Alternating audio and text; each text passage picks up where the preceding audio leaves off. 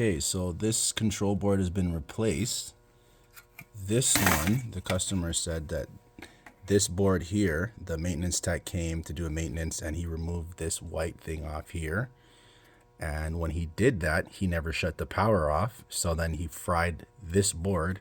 And if you look at the top of the board right there, you see that actual blemish on the circuit. Caused that. So I came and replaced the board here. We're just powering it up now, and we're going to test for heating shortly. So in the future, shut the power off. That way you don't have an issue like this and leave the client without heating. All right?